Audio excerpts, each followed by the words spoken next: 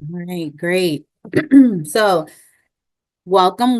My name is Brittany Johnson. I am a licensed professional counselor and also a licensed substance abuse treatment provider.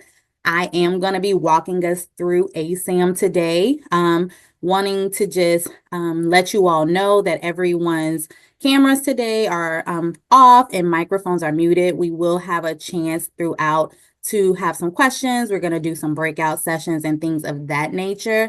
And so we will be able to kind of integrate some of what we're learning into actual, understanding through scenarios. So let's get started. ASAM, standing for American Society of Addiction Medicine. I just want to put out a disclaimer that this training is a overview, is 2 hours, so it is not meant to be all encompassing of ASAM methods of use and implementation. As I go through the material, I will also speak about ways that you can take on additional trainings if you see fit that you want to go more in depth on learning all about using the ASAM model and methods and interventions for assessment. Okay. Just some training objectives today. Wanting to ensure that by the end of this training, you feel well versed in that you've received an overview of the ASAM model, that all ASAM levels of care have been reviewed, and that we've also explored the use of ASAM in treatment planning. All right. So, the ASAM criteria is most widely used set of standards for placement in continued service for patients with addiction and co-occurring conditions. So, the ASAM is formally known as the ASAM placement criteria, and it can be used for both adults and adolescents. Okay. It is the result of a collaboration that began back in the 80s to really define a national set of criteria for providing outcome-oriented and results-based care in the treatment of addiction. So we look at levels of care recommendation, treatment plans, all of these things being developed based on the patient's assessment that considers their biomedical, social, psychological needs, okay? The ASAM criteria is a multi-dimensional approach, and it helps clinicians and care managers make a more objective decision about patient care. So, firstly, the ASAM improves patient outcomes by providing a common language for assessment and treatment across addiction, mental health, and physical health services. It accounts for multiple areas of life, and it considers many different facets or dimensions, and it looks at those risks, needs, strengths, and resources. Okay. So, really objective decision making to improve client outcomes. It's a comprehensive approach. But before we can really dive into the understanding of ASAM, we need to truly maybe have a better understanding of addiction. Okay. So, understanding addiction, there are several types of substance use disorders, opioid use disorder, alcohol withdrawal management. We need to be aware of how all of these substances impact the individual. We also need to be aware of the neurobiology of addiction. So, neurobiology is essentially the study of cells in the nervous system and how they interact with each other. Here's a visual. So, when we talk about the neurobiological theory of addiction, it sounds kind of complicated, but since we know that neurobiology is the study of those cells and how they interact with each other, I give you the visual of you going to the oven, you opening grabbing the pan, forgetting to put on an oven mitt, and instantly like flinching, pulling your hand away. And all of this actually happens before you ever even feel any pain. So, neurobiology explores how the brain helps you to make conscious and unconscious decisions. So, for years, it was commonly believed that addiction was a moral failing. We know now that this myth has now been debunked thanks to the research into the neurology of the brain. So studies now show how the development of addiction is directly related to changes in brain function and structure. So it's widely accepted that the cycle of addiction falls into three stages, each one having a different effect on the brain. And when repeatedly exposed to substances over a long period, the brain alters its response to reward in executive functioning, which creates irreversible changes. So if we look at this kind of blue section at the top, the binge intoxication little area, we know that at this point, a person is enjoying drinking alcohol or taking drugs, right? The brain is engaging in its pleasure receptors and dopamine levels increase. So this results in a feeling of euphoria, relaxation, and intoxication. It feels good and it's probably numbing to some of the things that you may be dealing with, right? Then we look to the right-hand quadrant with the red. Then we go to withdrawal. So then when a person stops using the substance, the brain's reward pathways are impaired and the stress response kicks in. So the brain may respond in the form of convulsions, tremors, brain zaps, anxiety, paranoia, and hallucinations. And we know that also there's studies that show that the dopamine levels, we all have dopamine levels, and we know that during this binge intoxication RAM that those are heightened, but it actually shows that during this withdrawal period, those dopamine levels fall lower than they ever would if there had never been substance use. Hence why individuals who are maybe not using will experience like depressive symptoms and anxiety and sadness, because there truly is a decrease in the chemical makeup of the brain since starting to use and going through that cycle from binge intoxication to the withdrawal area. So finally, in the green, as we circle on around, there's the preoccupation anticipation phase. So as the person starts to become preoccupied by the idea of drinking and taking drugs, the brain's executive functions become compromised. So this causes the brain to have difficulty regulating actions, emotions, and impulses. It's also noted that this prefrontal cortex area of the brain actually begins to break down during this phase. So there actually is the chemical makeup of the brain is actually being diminished. So when you ask maybe what part of the brain actually causes addiction, there's not one particular part that's responsible, but there are several regions and neurotransmitters that all work together. And when drugs or alcohol are abused, these intricate parts kind of get thrown out of balance, okay? Different parts of the brain are disrupted at each stage of this addiction process and play a role in the onset of substance abuse. So at the top of this list is the mesolimbic dopamine system, or the reward pathway of the brain. This key region is the part of the brain that gives us pleasure. So following years of substance abuse, the brain becomes desensitized to substances such as opioids, cocaine, and alcohol, resulting in increased dopamine levels, which can reinforce compulsive behavior.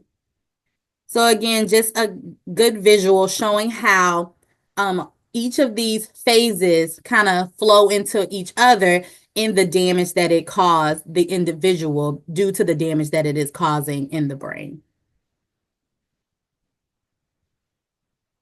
Understanding addiction, also, we need to be mindful of the environmental and the societal impacts that addiction has on the individual. So, being aware of someone's trauma exposure, their social isolation, whether it's peer pressure, maybe there's a family history of drug use that makes them more susceptible.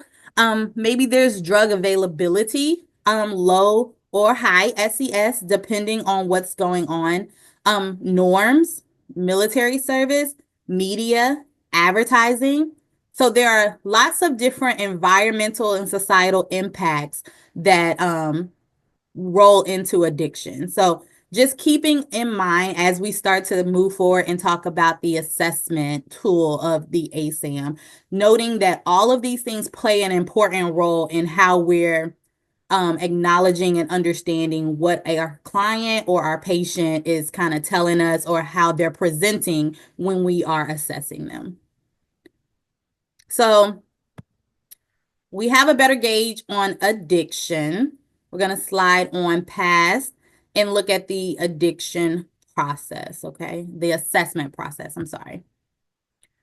So, understanding the assessment process. So, we have talked about how ASAM originated. We've talked about what addiction is and how it presents, how it impacts the brain. So now we have a better understanding of how we enter into the assessment process. So let's look at the ASAM as a holistic framework for addiction, consisting of 6 dimensions. So the 6 dimensions of ASAM serve as a comprehensive framework for assessing individuals with SUD and guiding personalized treatment planning.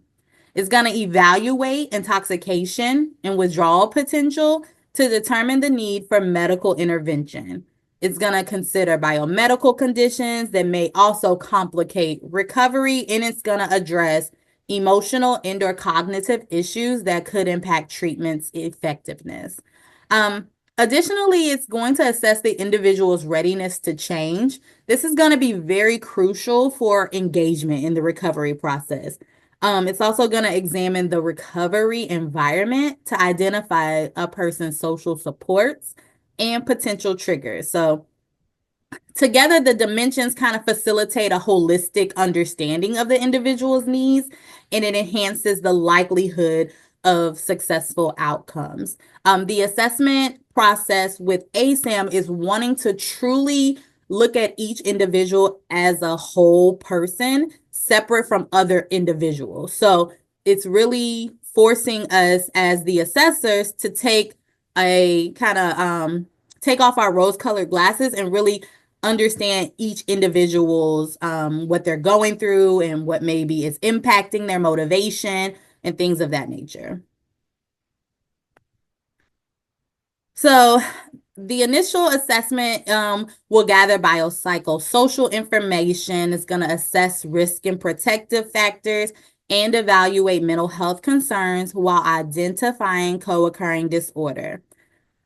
It's going to be asking clarifying questions, and using observation is going to be critical. So in starting the assessment, you may start by saying, hey, before we get started, can you tell me about why you've come to meet with me today? You want to probe. How can I be of help? What are you seeking treatment for? You want the assessment to be conversational. Example is also going to be identifying with what the client is telling you, but also being aware of what you're observing through nonverbal cues. This is just a look at the ASAM criteria dimensions and changes to that have occurred in the 4th edition that has recently rolled out. So recognizing that the 3rd edition changes are that readiness for change is no longer being looked at as a dimension in the 4th edition. Readiness for change is now being looked at across all dimensions as you're identifying the severity rating. It's also going to talk through the fact that what was dimensions 5 and 6 are now dimensions 4 and 5 in the 4th edition. They carry a bit of a different name in the 4th edition, but it is still very similar to what it previously was. So those are the big changes of readiness for change really being looked at across all dimensions. And then we have this new added 6th dimension, which is person-centered considerations.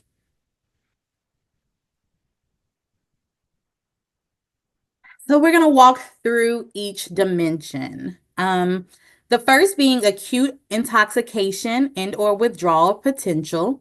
This dimension focuses on assessing whether an individual is currently experiencing intoxication from substances or if they're at risk for withdrawal symptoms. So it's going to evaluate the severity of substance use, identifying the need for any type of medical intervention or detoxification. So key factors are going to include the types of substances being used, the duration, and the frequency of use, and the individual's history of withdrawal experiences. So recognizing this potential is going to help ensure safety and appropriate care during treatment process.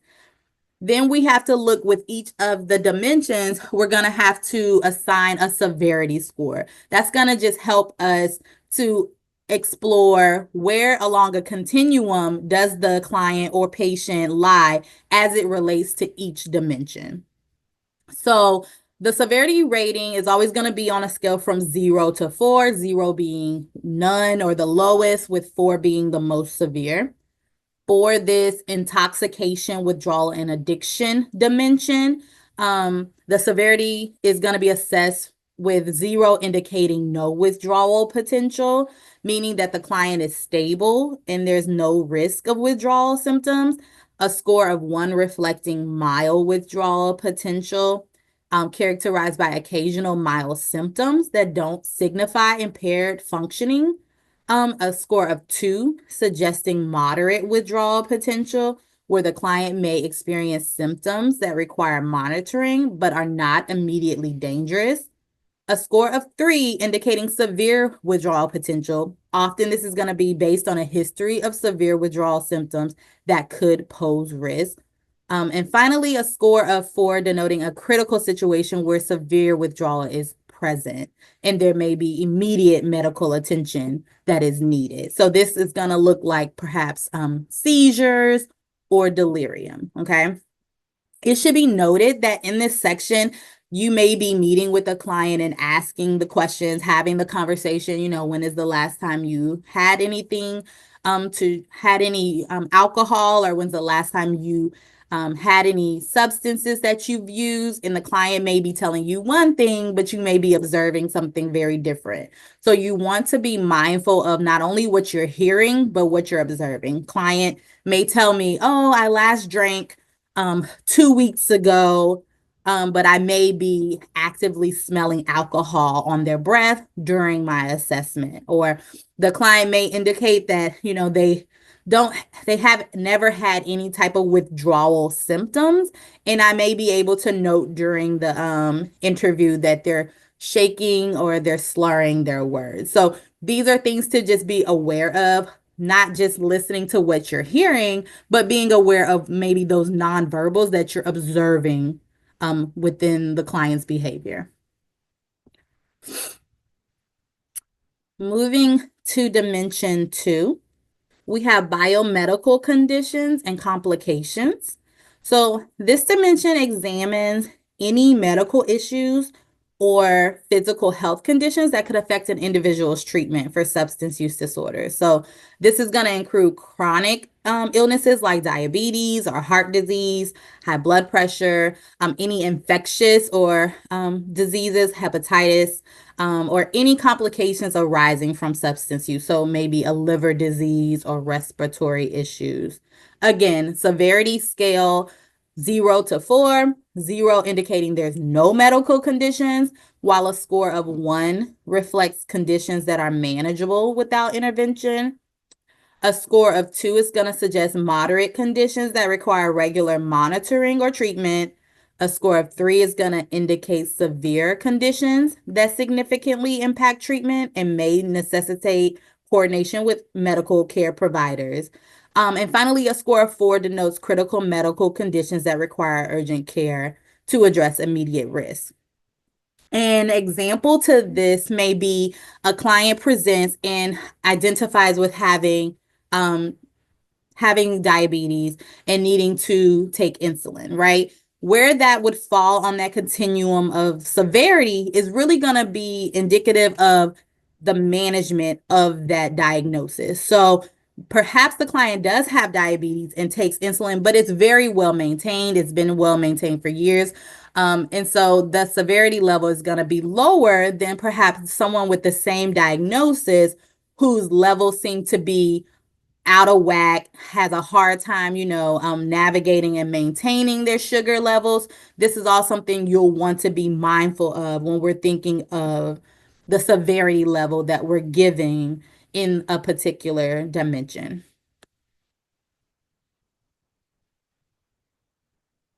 Next, we have dimension 3, psychiatric and cognitive conditions. This is going to look at the mental health and emotional well-being of individuals with substance use. It assesses any co-occurring mental health conditions such as depression, anxiety, PTSD, and it's going to look at cognitive impairments that might hinder their recovery process. Severity level again, 0 to 4, 0, no significant issues, 4 reflecting critical issues requiring immediate intervention. So, such as suicidal ideation, severe psychosis, and scores of 1, 2, and 3 being mild. Now we have 4 and 5. 4 is one of the new transitioned into the fourth edition. Like I said, very similar still to what it was in the third edition, just kind of given an updated name of substance use related risk.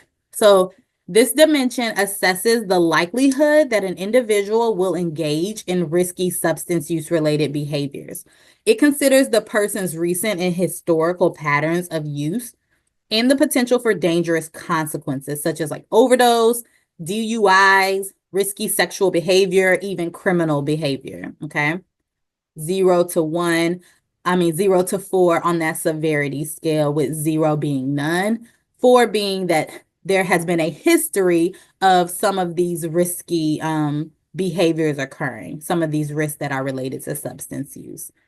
And it has to be, you want to be mindful in this section that the risk is directly being impacted by the substance use. So a person who perhaps as a teen maybe had some legal troubles, but it wasn't associated with their substance use, may not need to be scored at a 3 or 4 in this area because it wasn't a direct relation to their substance use.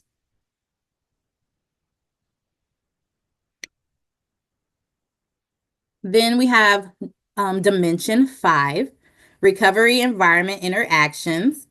This dimension is going to explore an individual's ability to function along with their safety and support in their current environment. So if a person is not currently functioning effectively, they may benefit from developing their social skills or their independent living skills. So a person's needs in this dimension could include housing, financial, vocational, educational, and some transportation services, just to name a few. So the clinician can examine whether others external to the client also pose a threat to their recovery and treatment. So we're going to want to know in this dimension, who is it that you rely on, or who in your family can you depend on? Who in your family has not been supportive of your, the motivation you have for recovery? What does that look like? What is hindering, you in your life currently to feel that you can function well in your environment? Do you not have adequate housing? Do you feel as though your education isn't where it should be for you to gain employment? So really kind of having the conversation and walking through some of these things with the client is going to be beneficial for this area in identifying kind of what the severity rating is here. So this severity rating within dimension 5 is also going to assess the individual's ability to manage their cravings and identify triggers, and utilize skills that will ultimately avoid any type of relapse. So higher rating indicating a greater risk of continued problems or relapse. Next, we have person-centered considerations. In this dimension, we consider a person's obstacles to care, and their treatment preferences, and their need to enhance their motivation. So the goal is for the clinician and the patient to practice a shared decision making to determine the appropriate level of care while respecting the person's autonomy, their culture, and any trauma that they've experienced. The severity rating assesses the level of support or the potential obstacles related to support within a person's social surroundings. So, a higher rating indicates a more challenging environment where recovery may require additional support. And so those are the 6 dimensions. And lastly, though it's no longer identified as a dimension, like I said, the 4th dimension enforces that readiness to change, that it be looked at across all dimensions. So really exploring as the individual is sharing information with you, as you're observing things through assessment, what makes this person ready for change? Are they not ready for change? You really want to consistently be thinking through that as you're assessing these 6 dimensions.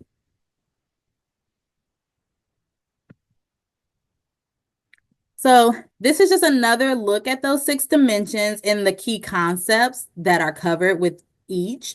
So these are kind of some sub-dimensions. So of course, with dimension 1, intoxication, withdrawal, and addiction.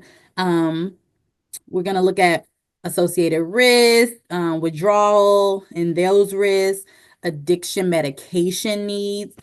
Within dimension 2, medical conditions, their physical health. Also, here you're going to want to think about any pregnancy related concerns or sleep problems.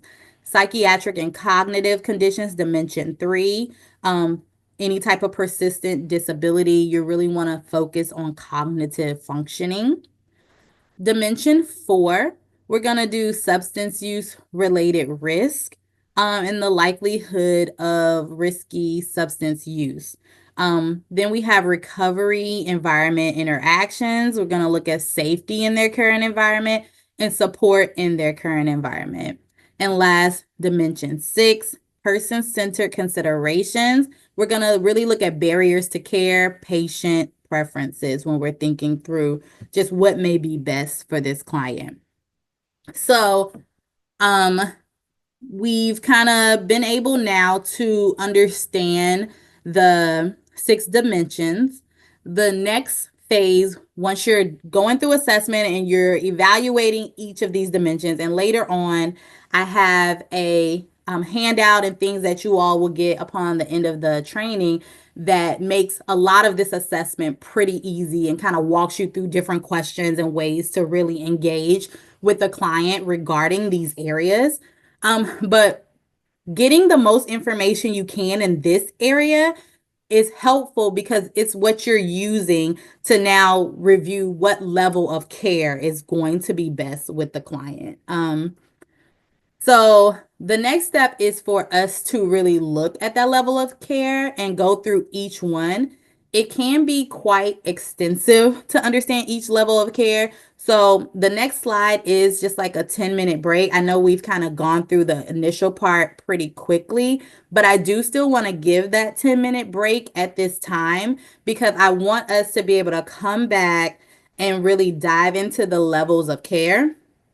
And then we're going to break into some breakout groups with some scenarios that is going to allow for you all to kind of take what you've learned with the dimensions and then correlate those to the levels of care in determining what you might select for each client scenario.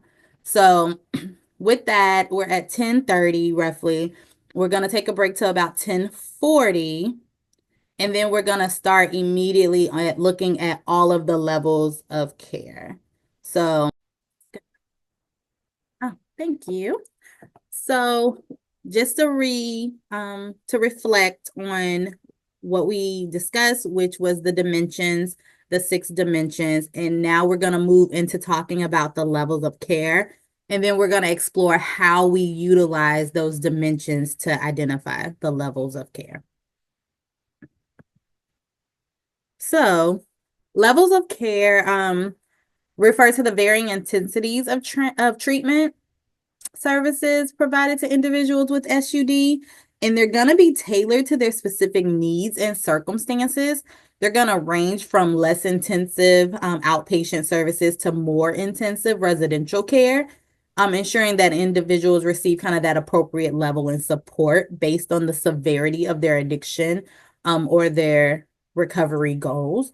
So this image just shows kind of that 0.5 to 4. This isn't all inclusive on this photo of all of the levels. It's just kind of giving the broad specific levels, but not really any sub levels that we'll kind of talk through.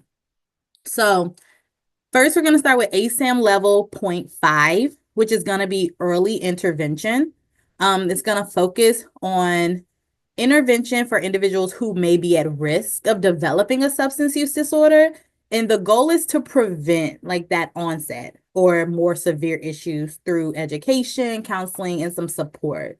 So this level is going to target individuals who show early signs of use or are at risk due to maybe their personal, social environment.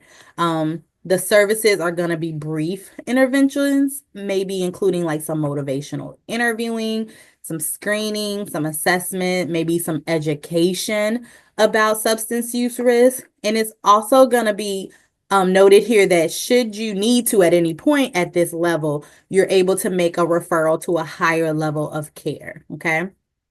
So what's nice about the early intervention services is that they can be provided in community settings.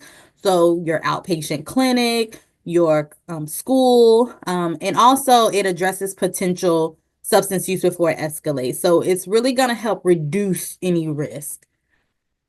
These services are going to be very accessible, making it more likely that individuals might seek help. So it's going to be cost effective.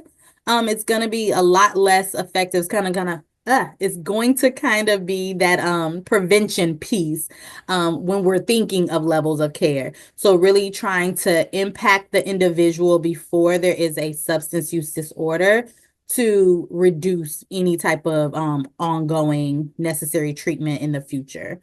So a lot of times this may be identified because there is going to be a reduction on the financial burden on the individual and also the healthcare system within this level. The goal here is going to be that by addressing the risk, we can also motivate the client to make some healthier choices and that we can provide like some resources and some wraparound support. Okay. Then we have level 1, which is going to be what we all kind of look at as like your outpatient services. So it's going to be targeted for individuals with a substance use disorder, but who require less intensive support. So it's going to include like regular therapy sessions. It might include some group therapy, but it's nice because it's going to allow an individual to maintain their daily routine. So they're still able to go to work and go to school, but they're able to engage in the services.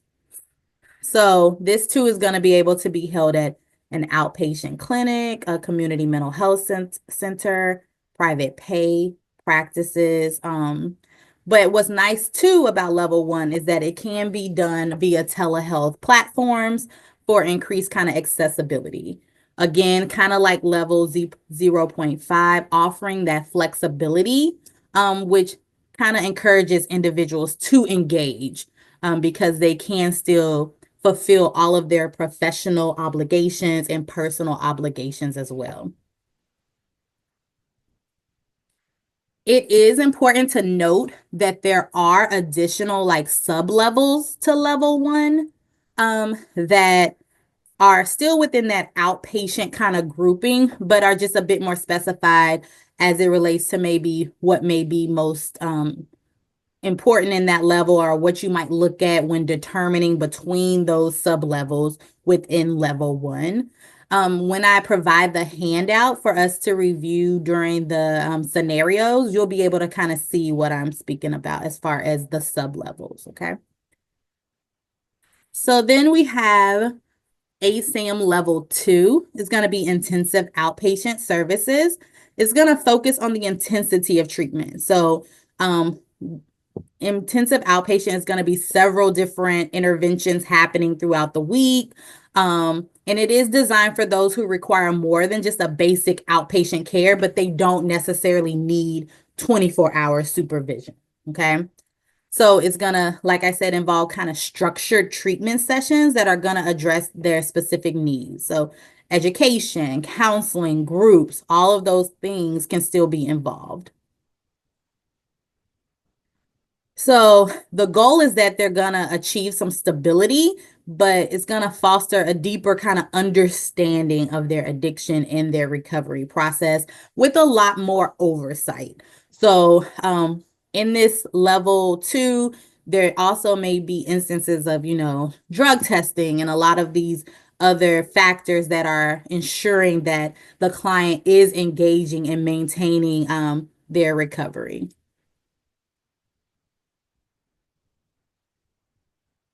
Next, we have ASAM Level 3, Residential Inpatient Services.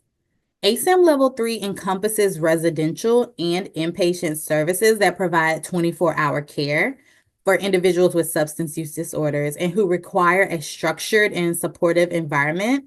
So, this is going to be ideal for those who are experiencing severe addiction and significant withdrawal symptoms or any co occurring mental health symptoms. So, is going to involve like a comprehensive multidisciplinary approach with like the medical oversight as well. So they're going to be able to obtain group therapy, individual therapy, but also that medical monitoring and also perhaps psychiatric medication involvement that wouldn't perhaps be available at a level two. So a level three is really providing that 24-hour oversight of the individual receiving services. So it also is going to allow the individual to fully focus entirely on their recovery. So it's really taking away all the external um, individuals or things that maybe have impacted the client's ability to continue their recovery and really break down what it is they're going to need to really be able to move forward on their recovery journey. And then within level three, we also have those sub levels. So the next level after three is 3.1. We're going to look at that as being clinically managed, low intensity residential services that provide a structured, supportive environment also for individuals transitioning into treatment for substance use. So again, it's going to combine that clinical oversight, the peer support, the counseling, the psychoeducation, all within that 24/7 access for the patient's safety. So it's really going to be ideal for those who are experiencing the moderate substance use and often with those co-occurring mental health conditions as well.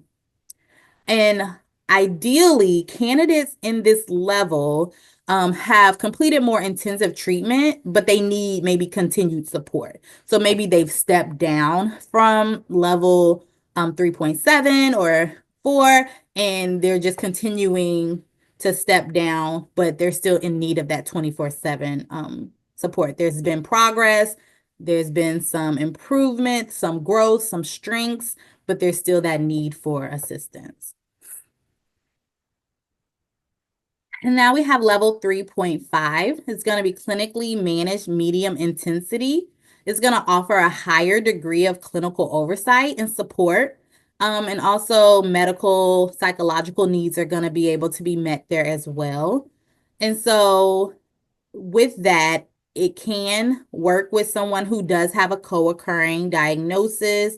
And the therapeutic approach is going to combine evidence-based practices with support from peers and staff, patients, going to promote emotional regulation, ensuring that they're going to receive the necessary support for their unique challenges.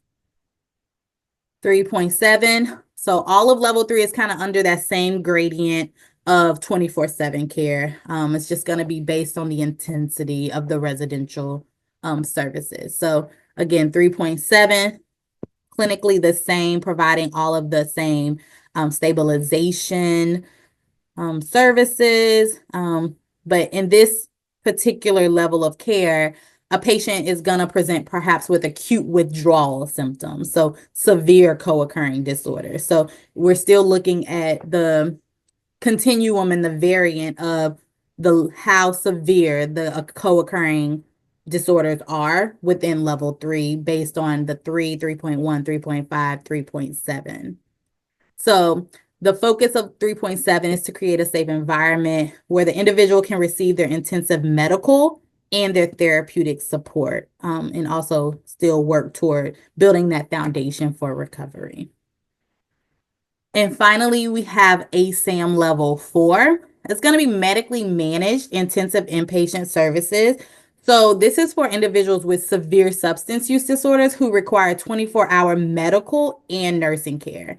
So patients in this level are typically experiencing like significant physical and psychological complications from substance use, and it's going to necessitate like that intensive monitoring and treatment. So that might be detox, medication management, it's going to be needed, and that comprehensive psychiatric support. So a lot of times, level 4 detox, when we're thinking of someone who is actively using and wanting to go directly into detox treatment, it's going to be level 4, okay? So here is an ASAM crosswalk. Because the 4th edition is kind of new, a lot of these items are very difficult to get your hands on in like a PDF file. But in the same way that the 3rd edition did, the 4th edition kind of walks us through a crosswalk of being able to look at the dimension and the severity rating that you're giving the dimension and kind of cross-reference that with the best level of care. So that's not to say that it's always right on target that, oh, I came up with this rating and this one, and this is the level of care. It's meant to really be a continuous conversation and really rationalizing what's going to be best for your client.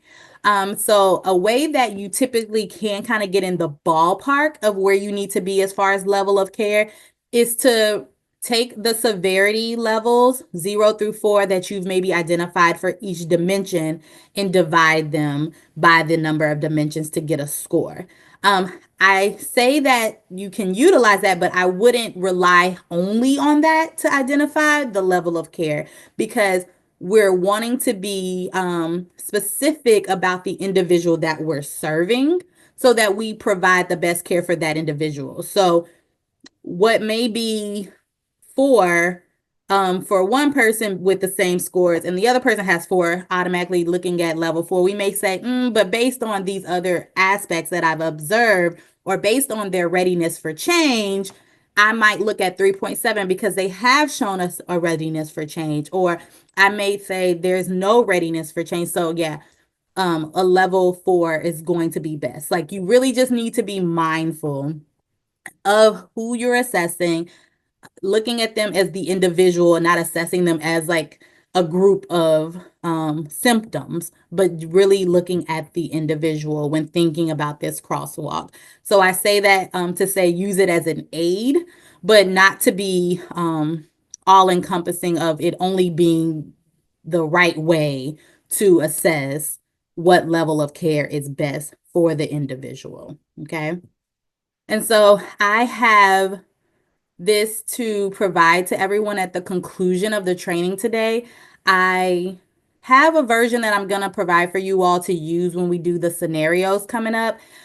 It's not as large as my other version. However, the other version I have, for whatever reason, I can't get it to flip itself for being visible, or the best view for you all on the Zoom call today. So this first page just kind of walks through the first up from 0.5 up to 2.5. And then this second page goes through level 4. Okay. So with that, I'm going to put a few items in the chat. I'm going to hopefully not mess up any of our stuff, but I'm going to put a few items in the chat for you all to download so that you have them. I'm gonna put you all into breakout rooms. I want each of you to download the items that I've placed in the chat, because they're gonna provide you with the scenarios for you to have and also the ASAM crosswalk that's shown up here currently. I do also want you all to have a conversation about the different scenarios as you go through them, and really think about maybe what questions you might have or what you might need to know, or maybe what different levels may be best. Maybe everyone doesn't feel the same, and we'll kind of walk through those for the next 15 minutes or so, and then we'll come back together and kind of review some of that. I'll be popping into some of the break rooms just to answer any questions or to see how everyone is doing. And then, like I said, once we're done with that, we'll come back and we'll move into treatment planning. And so we're just going to walk through these together, and we'll go from there. At any time, I know you all are muted, but we'll just walk through. If anyone has a question, we can kind of discuss it, and we'll move forward and kind of just work it out on our own. So here are some of the scenarios that I want you to work through. You all don't have the crosswalk, unfortunately, but I'm gonna ask that you utilize any of your information, and then I'm gonna kind of walk you through the crosswalk and kind of help you understand why the level is what it is, but also knowing that potentially it could be something different depending on if we really had a full snapshot of this individual. So it's not to say that this is the one and only level of care that would work for this person, but it is just to give us a quick kind of overview based on what we've already learned about the dimensions and the levels of care, what may work for this individual. So so the first scenario is a 25-year-old college student has started using alcohol more frequently to cope with academic stress. After discussing their concerns with a campus counselor, it's recommended they attend a brief intervention program that includes educational sessions about substance use and its impact. And it says, what level of care would this be? And of course, this is going to be early intervention. She started using alcohol more frequently, but currently there isn't the substance use disorder. So we're really going to want to target the ability to provide psychoeducation, to assess some of those risks. Perfect. 0.5 may also be it. Yep. 0.5. Great work, y'all. So we're really going to just want to address maybe what's going on with her. And at any point, if we see that her alcohol level continues, we'd be able to then talk about a higher level of care. Thank you, Mary, for sharing that crosswalk. Looks like you were able to find it. I appreciate that. All right. Scenario 2, a 22-year-old woman with a severe opioid use disorder is admitted to a facility after experiencing an overdose.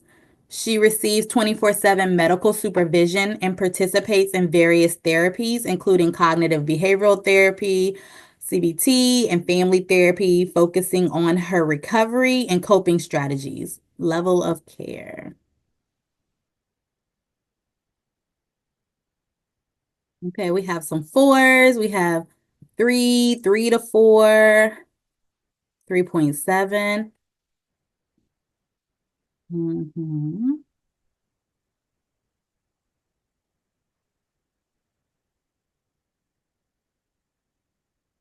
3.7. Yep.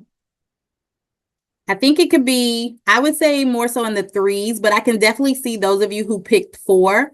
I'm guessing that when you've picked 4, you're looking at the fact that she's receiving 24/7 medical supervision because she just experienced an overdose. And we don't know if she's still initially going through those withdrawals of the overdose, which would definitely be a 4, level 4 of care. But because she's experiencing, also participating in the various therapies, including cognitive behavioral therapy and family therapy and focusing on those coping strategies. It could also be within that three family as well, but you would definitely probably want to look at a lot more specific details surrounding the dimensions and identifying kind of what her level, her readiness for change was.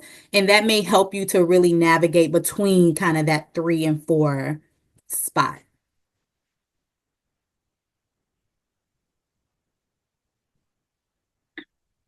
Scenario 3. A 40-year-old man with a history of alcohol use disorder completes a detox program, but requires additional intervention at this level. Intervention at this level meets 3 evenings per week where he attends group therapy sessions and individual counseling, and the program helps him address underlying issues and develop a support network. What level of care is this?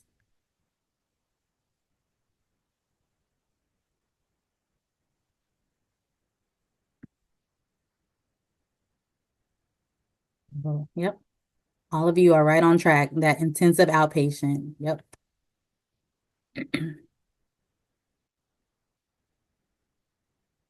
Okay. Yep. IOP. Scenario 4. A 30-year-old professional has been drinking heavily on weekends and is beginning to notice negative effects on their job performance. It's recommended that they attend a program that offers weekly individual therapy and group sessions focusing on relapse prevention, coping skills, and healthy lifestyle choices, which being able to maintain his job. What level of care is this? I know the crosswalk, trying to do both. You're talented if you can. It is difficult trying to look at both the crosswalk. Nice. I'm gonna agree with level 1 outpatient. Again, though, this is not telling of the entire story with this individual. You always want to address what you're seeing in those dimensions, what you're hearing as far as those dimensions, and make the best level of care choice with that. And then those who are looking at the crosswalk, kind of it gives you those little instances of what each level may look like and what the withdrawal potential may be. And so using that to your benefit as well.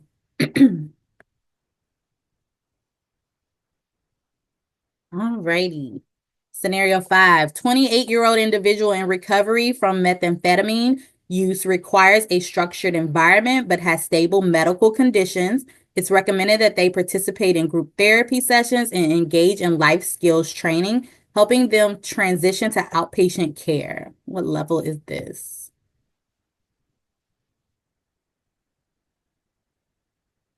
This one has some mixed reviews. I see some 2.5, some threes.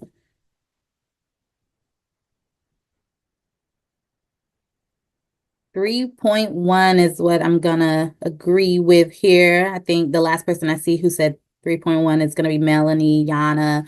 All of you are right on track with that 3.1 or within that 3 framework, especially when it's talking about a structured environment, but she has some stable medical conditions, wanting to transition to outpatient care. And that structured environment is kind of the key as well.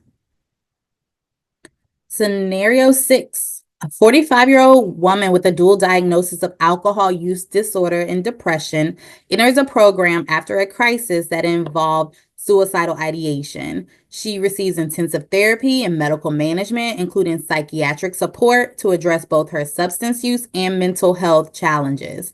What level is this?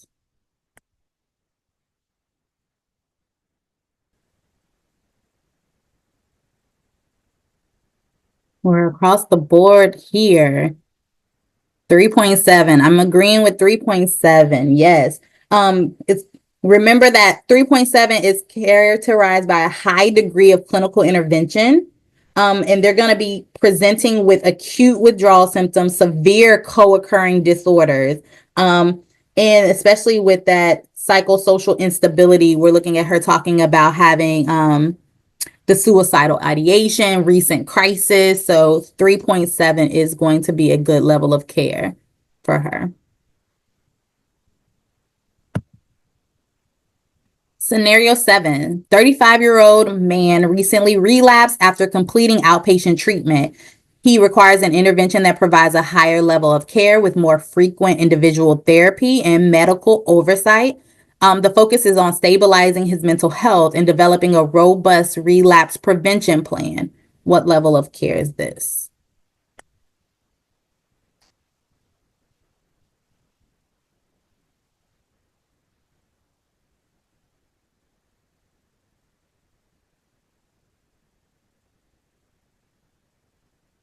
See lots of threes, 3.5. Yes, yes. Definitely within the threes. I think we'd have to assess more to understand where within those sub levels that would lie. Um, I would say 3.5, but I can't negate those who have indicated 3 or 3.1. We'd really just have to look at the individual's readiness for change and really assess all other areas of the mental health component that the individual is dealing with. What are those symptoms and things of that nature? So, oh, and Donna's link to the crosswalk disappeared, but we're gonna make sure too, we send out the link too. So, I will ensure that you all get that, and it is the updated crosswalk as well. So, scenario 8.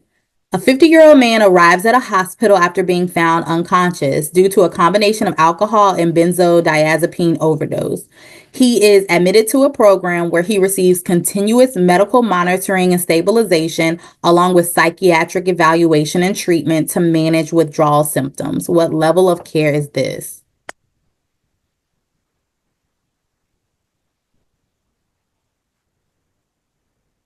Yes. Way to end it out. Perfect. Level 4. And we know that based on understanding the medical monitoring piece, continuous, the psychiatric evaluation, the treatment, and then the management of withdrawal symptoms. So all of you are right on target with 4. Perfect. So we've been able to navigate the dimensions, the severity ratings, looking at that in connection to the levels of care. Now let's talk through some standardized assessment tools and then treatment planning. So ASAM has made it really easy to assist you with assessing clients and identifying level of care. They've tried to take a lot of that like guesswork out of what the levels are. So some of these I have as links when we send out the information after everyone fills out the link for saying that they attended the training today that you'll get. So one of them that you're going to get is the ASAM Continuum. This is going to be an electronic assessment tool. It uses a computerized system to help clinicians and counselors assess patients, clients. So it does collect information across the 6 dimensions.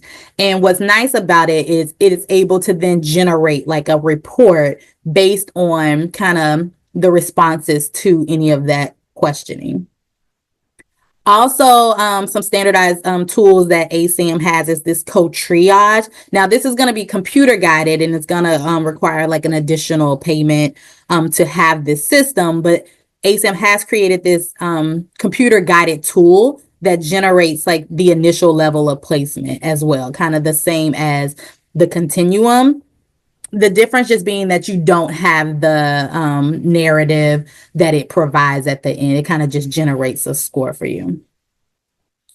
Then there's also what's called an ASAM criteria navigator software that helps with kind of like utilization review and management workflows as it relates to ASAM. And then ASAM also provides like an interview guide that you'll get as well. It's like a nationally recognized tool and it includes assessment questions and forms that kind of cover the dimensions. Also, it should be noted, like I said at the beginning, that this training is not all inclusive. There are several multi-day trainings that are devoted strictly to ASAM that they provide. So all of those trainings and education tools can be found on ASAM's website. And it really can help clinicians kind of hone in on their ASAM assessment skills if they're interested. So now we move into treatment planning. So we've done the hard work, right? We've met with our client. We've established, okay, based on what they're experiencing, based on their past, based on their motivation, their readiness for change. Let's develop a treatment plan. Okay. So the core principle of the ASAM criteria is going to be that treatment plans are individualized and they're based on the client's needs and preferences.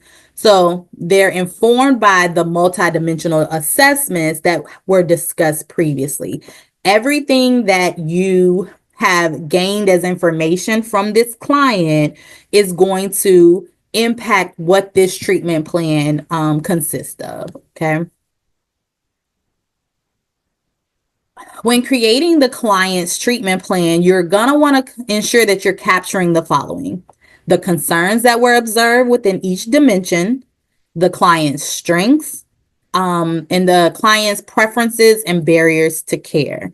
That's why it's so important to really go all in when you're getting the assessment. Try your best to engage the client, not just with what they're telling you, but what you're observing, what you know from maybe their history, really utilizing all of your assessment skills to gauge and understand the client as best as possible. You're also going to want to remember that collaboration is key when it comes to developing this plan. It should be collaborative and it should be a process where the patient and their care team are working together. The client should be engaged in shared decision making. That kind of starts with that initial question of like, what do you want from treatment and why now? What is your why?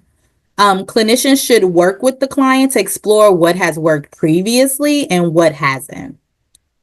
You want to think through some of the techniques you might utilize, like motivational interviewing approaches, where you can use those throughout the planning process to really assess the client's readiness for change, but also their confidence in moving forward in the recovery process.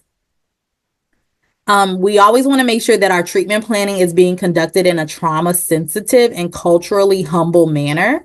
And that the goals do reflect the factors that motivate the client to participate in treatment. And we're using their own words. We know that from just any treatment planning that we're doing. Personal goals should be reflected and the patient's strengths should be incorporated.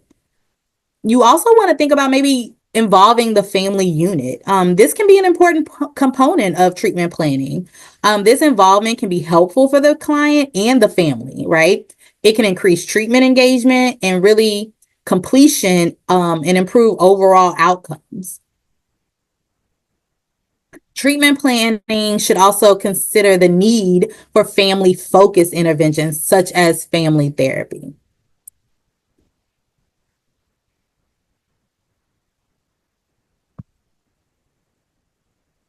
And then, of course, when we're talking about treatment planning, we want to ensure that we're discussing how we're measuring success. So, some things that you want to kind of keep in the forefront when you're measuring success are the following. Like, is the client achieving and are making progress toward their identified goals? Are you noticing changes in any of the 6 dimensions? Is there a readiness for change? Is there emotional and cognitive awareness? And how has the treatment plan changed to reflect this progress? So if my client initial treatment plan, they're in level 3.1 as their level of care, my treatment plan should not look the same once my client perhaps is now in level 1. So we have to be aware of ensuring that those treatment plans are changing to reflect any progress. And although we can't deny that there may be kind of challenges or barriers to treatment, we also want to include like what they look like and how are we capturing also these instances in our treatment planning. You know, if something, if my client was doing well in IOP and perhaps my client experienced a death in the family that was very close to him, and perhaps my client then had a relapse of some sort, how do I how do I show this in my treatment planning? How might I capture instances like that to show that something has occurred that has impacted my client, and it has led to a relapse or a increase in the level of care that may now be needed? We also want to discuss how we might adjust the best level of care to meet the client's needs. So maybe it's the opposite. Maybe my client is level 3, but my client is doing really well. How do we adjust and make sure we're meeting the mark when it's time for maybe my client to take a step down in the level of care? How are we maybe beefing up that treatment plan so it's more supportive around that individual during that time that may be a bit more challenging? Always remembering that the level of care identified in the beginning of treatment may not stay the same. And the process may not be linear, as I kind of discussed a second ago. Maybe they're transitioning into a lower level of care, or maybe something's happened and we now need a higher level of care, which is why it is so important to consistently be reviewing those treatment plans and making the necessary recommendations. So some key concepts. We're a little bit early since we didn't break into those groups. Some key concepts we just want to remember is how all of it kind of flows together, right? We have the 6 dimensions of ASAM, which is that update from the 3rd edition to the 4th edition, those 6 dimensions and how they align with the 5 levels of care, and cross-referencing the 4 and cross-referencing those across the different dimensions and identifying the severity rating. All of that is important when we're thinking of ASAM and identifying a level of care. Also thinking through the inclusive treatment planning and ensuring that we're always picking the safest level of care based on what our clients are presenting with, and not looking at our clients as a general individual who is using a certain substance, but really specifying each person as to what they need and why, understanding that they each come with different backgrounds, trauma experiences, and using all of that to make the best treatment plan that we can to ensure success as they kind of navigate along the levels of care. I don't know how Michelle would prefer to do it, but if this time, I don't know if anyone has any direct questions. Like I said, you all will receive the items that I attempted to share with you through the breakout rooms, in addition to a few others like the continuum of care and the assessment PDF guide. But at this time, I don't have any other content since we were able to kind of work through those. So I'm able to, with Michelle's guide, kind of have her walk you all through what next steps are as far as ensuring that you all provide attendance requirements and are able to receive the documentation. Good afternoon, everyone. If you have any questions, please don't hesitate to type them in the chat. In the meantime, I'm going to post the link in the chat for you to click on. And if you fill out that form, you will have your attendance counted, and you will also receive all of the information and resources that Brittany has referenced throughout the training today.